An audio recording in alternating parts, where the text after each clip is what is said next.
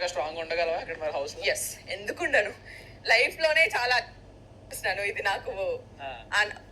So నేనేమంటానంటే emotionally ma'am ఒకసారి వింటే అందరూ ఒపీనియన్స్ అర్థం అవుతాయి కదా మనకి, ఓటింగ్ అయినా దేనికైనా డెసిజన్ తీసుకోవడానికి పనికి వస్తుంది. అదే ఆ క్వశ్చన్ డైరెక్ట్ కాకుండా అడగదు. అయిపోయిందా ఇంకా? నేను చెప్పాలి, చెప్పనా? Okay fine, yeah, no problem. నా బెస్ట్ ఫ్రెండ్ ఎవరైనా నన్ను నామినేట్ చేస్తే as a person, as a human being నేను హర్ట్ అవుతాను. కానీ నా బెస్ట్ ఫ్రెండ్ నన్ను నామినేట్ చేసి నన్ను వాళ్ళతో మాట్లాడుకుని ఉండడము, లేకపోతే ఒక కట్ ఆఫ్ లైన్ పెట్టుకోవడము, లేకపోతే వాళ్ళంతా వదిలేసి మిగతా వాళ్ళతో క్లోజ్ ఉండడము ఉంటుందేమో ఒక గంట 2 గంటలు get back to my energy. Because వాళ్ళు నామినేట్ చేశారు, నాకు ఇంకా గేమ్ ఉంది, నేను గేమ్ ఆడాలి కదా. వాళ్ళ గురించి బాధపడుకుంటూ కూర్చుంటే నెక్స్ట్ వీక్స్ నాకు ఉండదు. ఆ వీక్ నామినేట్ అయి ఉంటాను కాబట్టి I need to focus on my game.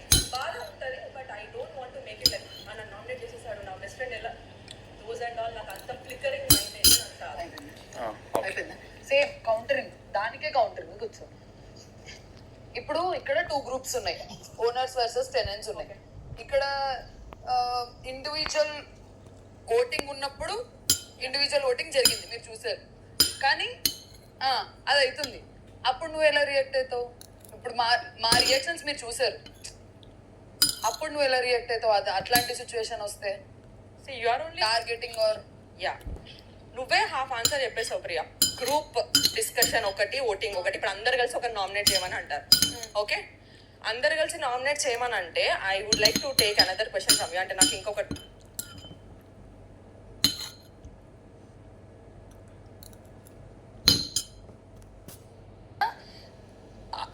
ఈ క్రాస్ లోకి వచ్చిన తర్వాత అంత కామ్ అండ్ కంపోజ్డ్ గా 1-on-1 డిస్కషన్స్ జరగవు అనేది నా పాయింట్.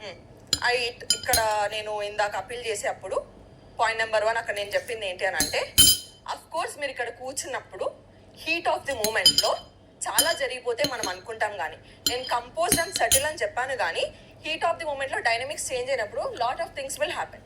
నేను అదే అంటున్నా, నాకు ఎక్కడ హోల్డ్ చేయాలో తెలుసు, ఎక్కడ వదిలేయాలో తెలుసు. దట్ ఈస్ మై పర్సనాలిటీ, నాకు తెలుసు. ఇందాక పవన్ అన్నాడు, ఇందాక ఏదో అన్నావు కదా, ఒకవేళ నీ బెస్ట్ ఫ్రెండ్ అయితే నువ్వు ఏం చేస్తావు, లేకపోతే నువ్వు ఇంతే కూల్గా ఆర్గ్యుమెంట్ గివ్అప్ చేస్తావా అంటే, అగైన్ ఇట్ ఆల్ డిపెండ్ సిచ్యువేషన్కి నా అవతల పర్సన్ ఏంటి, వాళ్ళతో లాస్ట్ 1 వీక్ ఏం జరిగింది, ఎందుకు అవుతుంది. కానీ ఓవరాల్గా నేను లైన్ బయట పిక్చర్ ఇన్నర్ థింగ్ వేరే ఉంటుంది. మీరు 1 hour చూసింటారు, 24/7 చూసింటారు. కానీ మేము ఇక్కడ లైవ్ గా వీనో, ఇప్పుడు వాళ్ళందరికీ మా గురించి తెలుసు, మా అందరికి వాళ్ళ గురించి తెలుసు. దాని బేస్డ్ మేము డీల్ చేస్తున్నాము. ఇప్పుడు మీరు వైల్డ్ కార్డ్ గా మాకు అది బెనిఫిటే అవుతుంది కదా. మీకు నాకు తెలియని ఒకరి పర్సనాలిటీ, అదర్ సైడ్ పర్సనాలిటీ నీకు తెలుసు, కానీ నాకు అదర్ సైడ్ తెలీదు. ఎందుకంటే నాకు వీళ్ళ సైడ్ ఫేస్ టు ఫేస్ తెలుసు. As a wild card I cannot question the format, right? That's my advantage. నన్ను పంపించారు for a reason, I saw the show, నేను వచ్చాను. రేపు పొద్దున ఫర్ ఎగ్జాంపుల్ ఇప్పుడు మీరు అదేదో టాస్క్ లో స్వాప్ చేశారు కదా, నేను అక్కడ స్వాప్ చేసుకుంటా.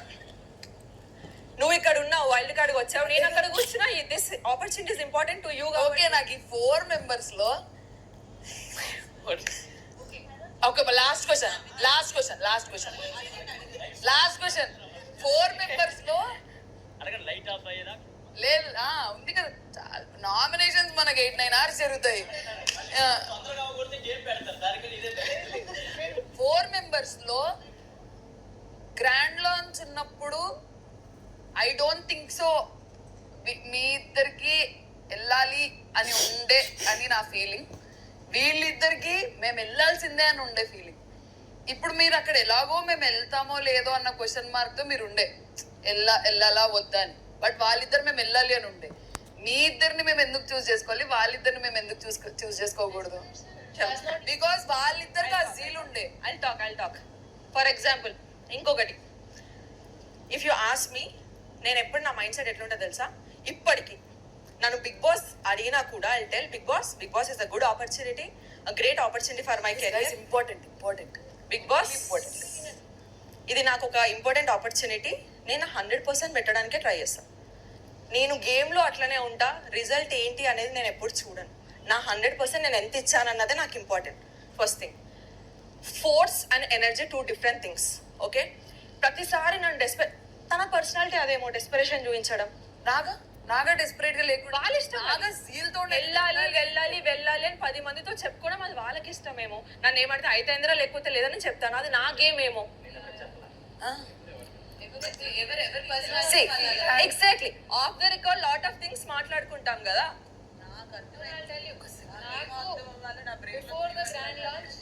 నాకు నా లైఫ్లో ఏవో చాలా జరుగుతాయి. I had a lot of things going on. నేను ఒకదానికి నేను ఫిక్స్ అవ్వలేను అని నాకు జరిగింది. అండ్ ఆఫ్టర్ సమ్ టైమ్ ఇప్పుడు నిన్న వేసుకున్న బట్టలు డెసిషన్ తీసుకున్నాను ఆ టైంలో నా బెటర్మెంట్ కోసం.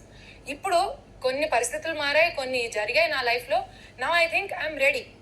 సో నేను ఇప్పుడు వచ్చి అండ్ బిగ్ బాస్ కూడా థింక్స్ ఐఎమ్ వర్దీ ఇనఫ్, నాకు అందుకే ఛాన్స్ వచ్చింది, వచ్చి నేను ప్రూవ్ చేసుకుందామని వచ్చాను అంతే. వీళ్ళకి జీల్ ఎక్కువ. ఒక సెకండ్. ఒక గేమ్ ఎన్ని రోజులు ఆడామనేది కాదు, ఒక విషయంని ఎన్ని రోజుల నుంచి కోరుకున్నాం అనేది కాదు, కోరుకున్నప్పటి నుంచి ఆడడం స్టార్ట్ చేసినప్పటి నుంచి ఎంత బాగా ఆడామనేదే చూడాలి. That is what makes a person a winner. So నా ఉద్దేశంలో వీళ్ళు నుంచి నేను వెళ్తా అనుకోవచ్చు. నేను 1 వీక్ బ్యాక్